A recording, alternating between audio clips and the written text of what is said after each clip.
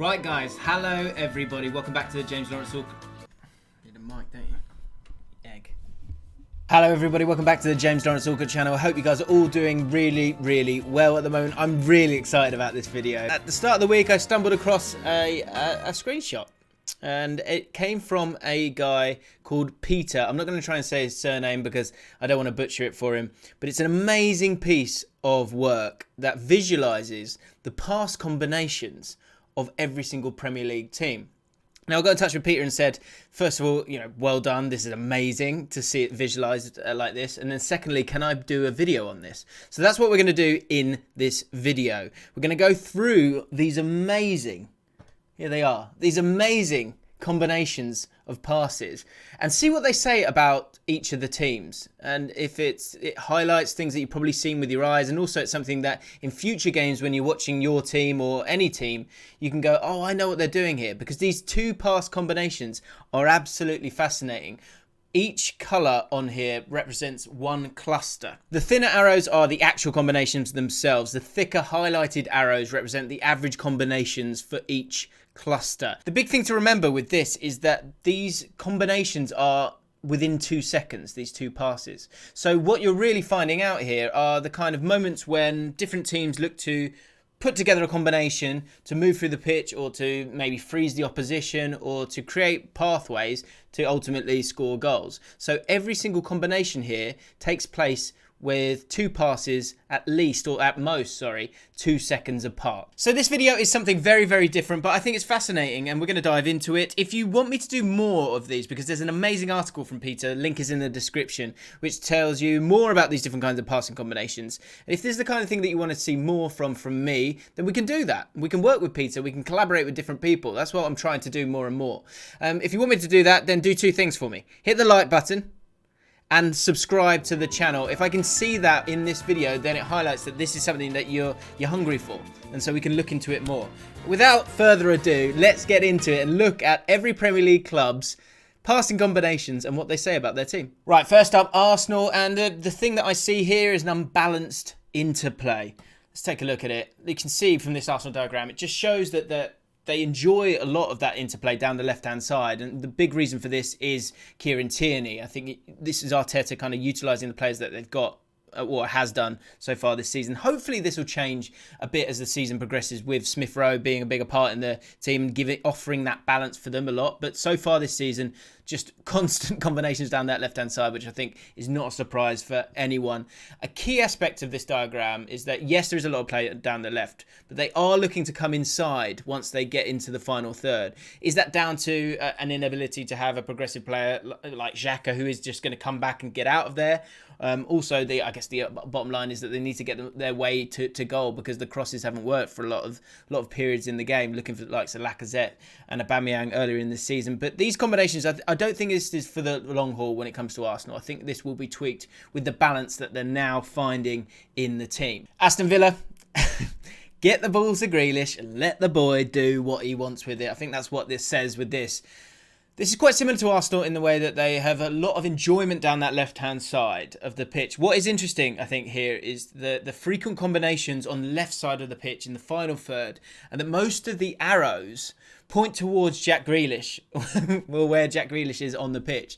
Once Jack Grealish gets the ball, these combinations seem to die down. That's why you're not seeing as many on this one as you were with the Arsenal one. Because once he gets the ball, he can do what he wants, and he's also someone who progresses the ball. So this isn't a bad thing, but I think it just highlights the importance of Jack Grealish in this Aston Villa team. Brighton are one of the most interesting visuals on this for me, because I think it just highlights why they are the hipster's choice. And inside the box here, you see that sort of orange one on the left-hand side. Well, I think what that highlights to me is using that back three that Brighton have got here, and using the combination to get Solly March on the ball, to use his width to then create space in the half spaces after that you've seen a lot with the kind of players that they got, like Trossard, McAllister playing more so. They're just a really kind of well-run team. The amount of combinations that you've got here, I think it also highlights maybe that they're still not dominating games completely because these combinations aren't happening further up the pitch. but the combinations are still there. It's really impressive. I think it highlights the tactical style of Graham Potter, and it highlights for me the understanding of this Brighton team of the half spaces. Burnley really are 4-4-2 square passing FC, and there is an element of beauty in this for me, because I think it just highlights that, look, they're going to play percentage football here. And this is a Burnley team that's, remained in the league year after year, playing the exact same system, and it utilises the system, and it shows that it can still be done if you are lacking a little bit of flair and creativity. The passing combinations here of like playing it back, playing it across, and then looking to either get a cross in from deep or trying to move it up that way. Look, of course, these combinations highlight the lack of long balls as well. So the fact that it's so distant from the penalty box says a lot. And the idea of just playing it back, playing it inside, recycling the ball that way, they can do that, but it just highlights how functional Burnley are, which isn't something to be laughed at, really, to be honest, but it's basic 4-4-2. It's a system, it's percentage football. Chelsea have a lot of aimless passing. Now, if you're Lampard in, that will highlight one thing. It would be that, look, he was trying to create a lot of different combinations, because probably elite teams need to find different ways to break teams down. I think what it also highlights here is a lack of chemistry and an emphasis on the overchoice that I spoke about in a video before Lampard was sacked. I spoke about that he almost had too many options here and he was trying too many different things. And I think that's highlighted in these combinations, because you've got a lot of players successfully combining with each other. But when you look at the diagram as a whole, it doesn't look like there's any actual tactical approach from Chelsea. Now, these could be building blocks that Lampard was going to kind of work on and find out what his best team was with all these new players coming in. But I think that's actually being a little bit kind. You would have expected a bit more of a clarity in the way that they played in looking at their passing combinations for a team that's going to dominate a lot of possession a lot of the time and needs to find those little ways to freeze up opposition, but then also create things as well with these 2-second combinations. It's going to be interesting to see if Tuchel will zone in on something a bit more familiar to allow that chemistry to grow. Just to say, guys, of course, these are just my thoughts on all of this. Let me know your thoughts. Pause the video, have a look at the visuals that we've got here from Peter, or click the link in the description, have a look, and then get in the comments below and let me know what you think about all of this. Crystal Palace, we move on, and Zaha and Eze, the two main men, as you would expect from the eye test, and they have been given a license to keep the ball. This one is quite similar, not exactly the same, but quite similar to Aston Villa. I think that highlights the likes of an Eze or a Grealish in a team, or Zaha as well, as in terms of players that really do dribble the ball brilliantly and progress the ball and take players out of it. The difference here is that the players on the left are picking up the ball in a slightly deeper position, and thus giving the instructions to run at opposition defences. And you've got two players who can do that. So is that little bit more focus maybe on that left-hand side. Another aspect of the combinations is that Palace go for a lot of sort of give and go passes when Eze and Zaha have got the ball down this left-hand side. So the focus here really is to get it to those two key players, because you've got someone like Ayew or Benteke just staying in the middle. I think normally or previously you might have used him as a backboard to create things, but really down the right hand side, not a lot going on. It's all down that left hand side with Eze and Zaha. Next up, Everton. And in terms of passing combinations, I think it just highlights that they're not really playing with wingers at all here. The key factor at Everton's good play this season has been James Rodriguez, and having that free role on the right-hand side and being able to open up play for them. And the diagram shows this in massive abundance here. You can see with those green arrows, that's a really thick arrow there that highlights just getting the ball on James Rodriguez and then him making his way inside. On the other side, it's interesting because predominantly you've got Richarlison being on that side, and it shows that there isn't anything there in terms of interplay really, which highlights his ability to get on the ball, take players out of the game with his dribbling ability. And I think this is down to the tactical approach. When Richarlison plays, he's more as a second striker for them on the inside rather than on that left wing. And I think it shows how much work Luca Dean has to do in every single game to create a bit of an Everton presence here, because I think it's all coming into these central areas. And so for Luca Dean to be on that outside, and you've seen it with some of the crosses and his output on that left-hand side when he's been able to get forward, I think this highlights the idea that they want to get the ball over to him as much as possible. The pass combinations for Fulham, it highlights that utilising the three at the back as a formation pretty well, actually, in terms of getting themselves up the pitch, but also retaining possession. if you have a look at it here, you can just see that those thick arrows on the left-hand side and the right-hand side, they're able to get the ball up quite quickly to those wing-backs on both sides where they're strong. And in wide areas, they've got a lot of good dribblers in this team.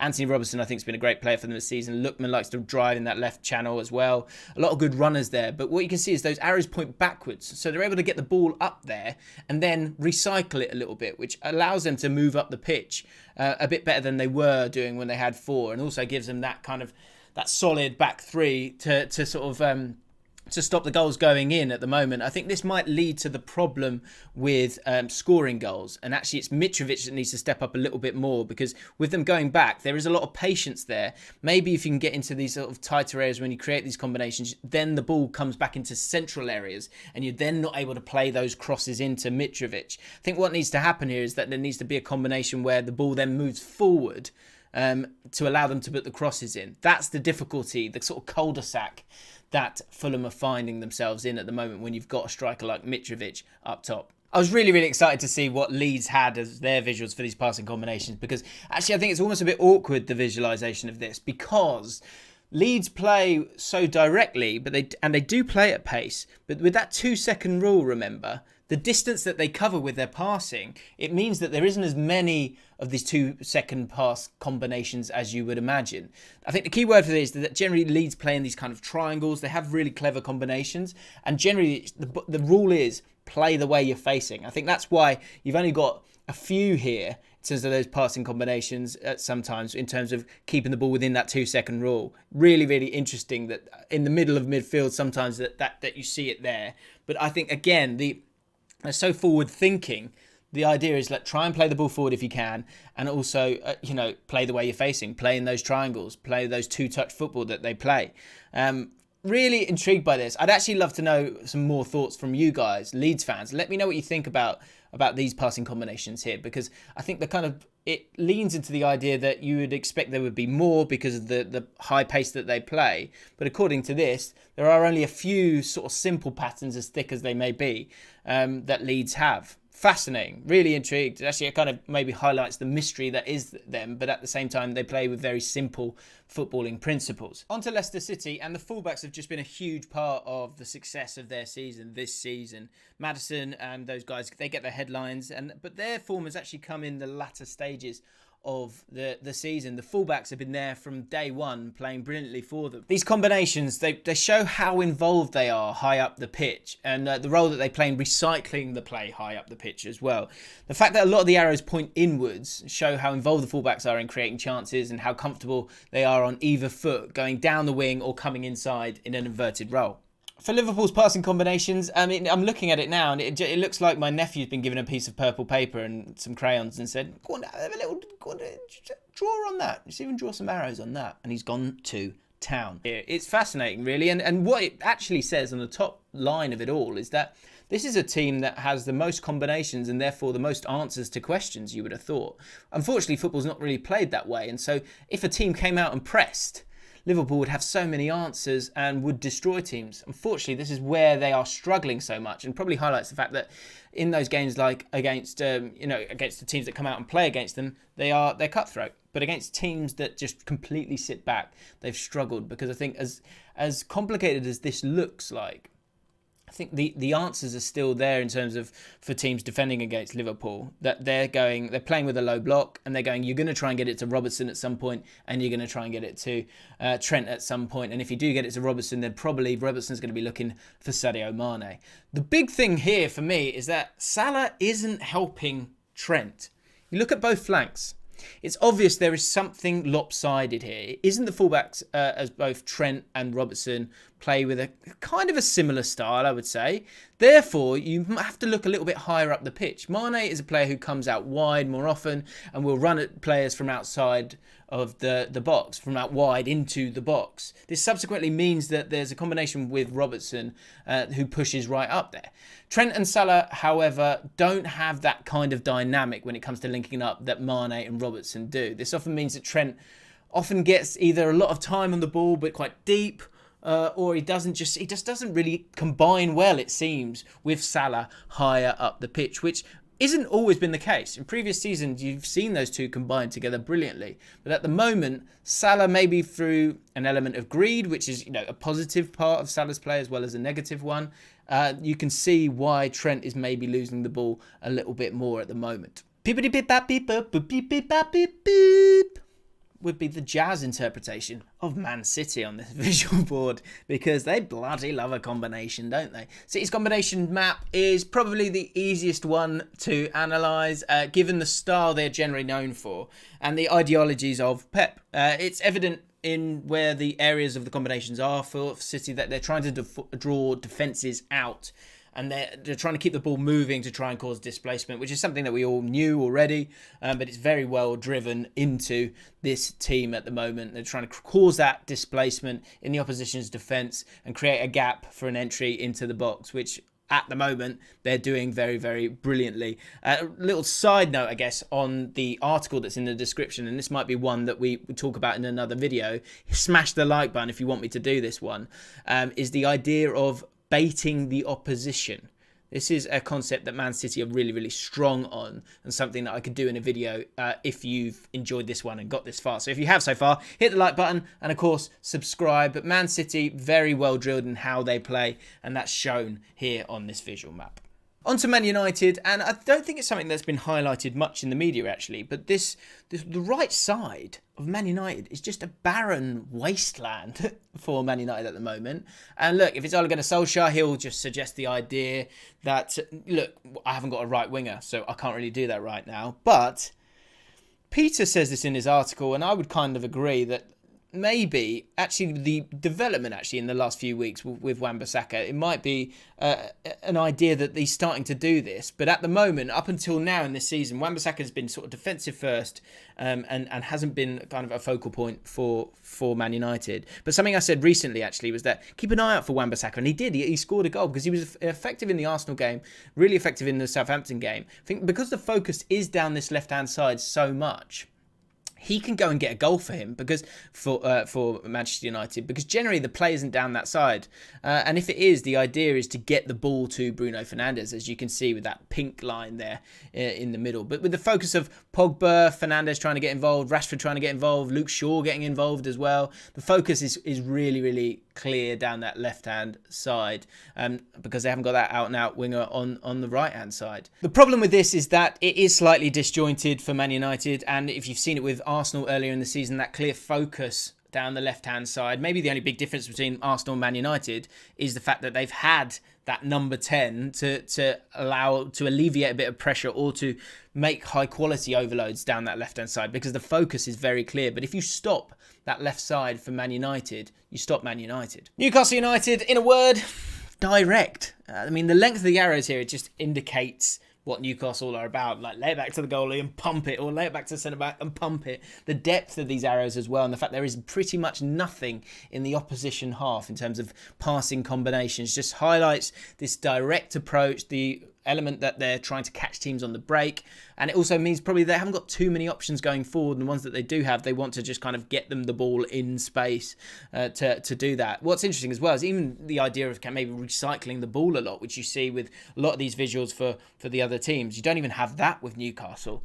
It just highlights the lack of attacking impetus that they've got at the moment. And again, probably maybe the focus on bypassing the midfield really and getting the ball to Callum Wilson, or getting it over his head to get in behind and score goals like they did against Everton in their recent win. Sheffield United, and there's some positives here actually, which highlights that they're quite strong in the middle third. The central players working well together, and of course, as we know with Chris Wilder, that idea of go around side using the centre backs is something that they can do. And for a lot of teams, there is a focus on playing down the left hand side. Not so for Sheffield United. In fact, they don't really have many answers or creativity down the left-hand side. If you take a look at it here, you can see that as I said, they show that strength in the middle third and central areas in the diagram. It shows that they've got decent presence in the middle third, 3 central midfielders playing there, 3 centre backs as well. So they're absolutely fine. They are lacking in translating that, as we know, into some service for the strikers. On the right, they've got a little bit more. Basham is quite a technical player, actually. I think you've seen that with him as that centre back bombing on the right hand side, and they offer a lot more. And you can see the arrows are going forward there, maybe coming back into that false 8 position, maybe a deep midfielder in there, and then looking to move forward, and then they're higher up the pitch, which is something that's promising. If you look at, like we did Newcastle in the previous visual there, that they are a lot higher up the pitch in terms of keeping the ball, but they need to translate it to service. The big problem here is on the left hand side. You can see those arrows not as high up on the pitch, and also going backwards. So it feels like when they're playing down that left hand side, the interplay isn't strong enough to be able to kind of break down the right side at all. So something that Sheffield need to focus on, and what it highlights is that you can maybe offer up a few more players defensively on that left-hand side and stop Sheffield United in their tracks. They need to keep playing with a bit more freedom if they're going to get out of trouble. But there are some positive signs here. Southampton's passing combinations highlight the myth that they're actually a sort of attractive side that plays amazing football. They're not actually like that. I think that'd be a surprise for people who aren't aware of XG, because football casuals generally would think that Southampton are a really good side, but when you dive into it a little bit more, they're quite functional. It's all about the team play. I mean, quick passes, but overall, I think the big thing, I guess it's all, it's horses for courses if you like it or if you don't. It's not a huge negative, but they play quite vertically. They hire a lot of set pieces and bits and pieces like that have been crucial for them this season. Ward-Prowse has been huge in that. You've got Bednarak and Vestergaard up there as well. But what I see from this is it just highlights that they're looking to play vertically as quickly as possible. So in terms of like recycling the play, switching the play as well, that's not something they're into. The ball is can you play it forward? If not, let's play it sideways, and then you kind of move your way up the pitch as efficiently maybe as possible. And this highlights as well the sort of narrow formation of maybe playing it inside and then using the fullbacks, who are so important for Southampton in terms of moving them up the pitch. It shows the kind of rigidity of Southampton, but the understanding of how they're going to play. And I think also maybe highlights how Southampton maybe struggle both defensively and offensively when they have a man sent off. Those 2 9-0s, obviously they had a sending off in both of those. And so when you're playing quite vertically, these can often be quite high risk football, because trying to play it through the lines is one thing that's going to get caught out sometimes, and playing it like completely horizontally can also be quite a dangerous thing. You're not playing it on these angles, and so that's why they might have been caught out a lot in those 9-0 defeats, despite being a very good side overall. If you're a Tottenham fan, look away now. You're going to be slightly disappointed. There's no silver linings here, really. It just highlights the negative style of Spurs that we've seen all season. Their reliance on Son and Kane, it's been obvious throughout the season so far. These combinations sort of show how they link up really well with central combinations going out to that left-hand side. But then it's not really great to look at when it comes to the final third. The fact that that they are a counter-attacking team, they are a team that plays in transition, that's fine. But for Spurs, who actually their possession in games is a lot higher than you would expect for a team that is looking to play on the counter-attack. It just shows how reliant they are on attackers and producing individual brilliance over anything else. And the diagram also shows that there aren't any real tactical instructions being given, because if there were, you'd be able to see them, really, with some sort of pattern unfolding. The right side basically shows that Aurier is going round in circles at the moment. And again, it's just round what is a very safe area if you're defending against Tottenham. So they've got the ball a lot of the time, but in a safe area if you're defending against them, and with no real understanding of how to work their way up the pitch apart from through hitting someone like Kane and having that individual brilliance. On to West Brom, and their difficulty to get up the pitch is quite clear here. And I guess you're not going to get many more combinations from here to the end of the season with Sam Allardyce as well, because look, they're not a Man City-esque team. You're not expecting to see lots of lines on this team in terms of recycling the ball and dominating the ball as well. Their main combinations on that left-hand side, looking to get the ball onto Pereira to do something, but very deep. unable to move the ball and up the pitch that well. And you're going to, from now on with Big Sam, you're going to have these long raking passes as well, which you're already seeing here at the moment with this orange line here. But really, it's a team that's struggling to score goals, struggling to penetrate with sort of top quality triggers in terms of these 2-second pass combinations. But that doesn't mean that West Brom are out of it. I think it just highlights that this isn't the diagram for West Brom or Sam Allardyce this season, because it's going to be long ball football, percentage football that's going to work for them. But what you might see as the season progresses is a bit more of maybe that Burnley style, where you look to kind of play these sort of square passes and then get those crosses in, which you can kind of see forming already on that right hand side. With West Ham, it's pretty simple. Get it out wide, swing it in, big boy. Sounds weird. Yeah, you can see there's not many combinations here, not a huge amount of combinations here. Look, on the right hand side, they've got a little bit more pace. You've got Jarrod Bowen there. But otherwise, you know, it's been a case of get the ball out wide to Cresswell, or get the ball in between the lines to Benrahma, and then Cresswell doesn't really make those driving runs after that. He looks to swing the ball in. So if you get the ball out wide, utilising the assets they have in Benrahma and Cresswell, and it gives them the options when attacking. You've got Soucek, of course, bombing on and scoring goals for them as well. They can even cut them inside to Benrahma and let him dribble as well is going to be the same thing as well. So the same combination play is not there. I think also the idea that counter-attacking as being a bigger part of West Ham's play and being solid at the back has been crucial as well. So in terms of taking those risks with those combinations, it's not always been the case. I'm a little bit surprised by the lack of it for how well they've been doing this season. But I guess it just does highlight that maybe that more conservative pace with the physicality that they've got has allowed them to win a lot of games, not by many goals, but they're winning games, so they're doing well. So who am I to say anything? It'd be interesting to see if they could evolve that a little bit and dominate games a little bit more. But I think they're actually getting the balance between possession and space quite, you know, they're putting together quite well, and it's highlighting the ability for them to get those crosses in and then to have those late runs into the box from Soucek. Antonio being a one-touch finisher who can also deal with centre-backs on his own. It's interesting, this one. I was surprised by this, by the lack of combinations that West Ham have got this year. But again, I think it's the tempo that which West Ham play that stops them from doing this. And finally, Wolves, who are just, I think they're struggling with a lack of creativity, which you wouldn't have surprised, but maybe there just needs to be a bit more of a focus on the likes of Podence or Neto, and allowing them to get the ball in the half spaces a little bit more, whereas previously it would have worked a bit better with the big target man that they've got. But at the moment, the combinations they're quite healthy for Wolves overall, and it's obvious they understand that their strengths out wide in terms of Adama Traore getting on the ball.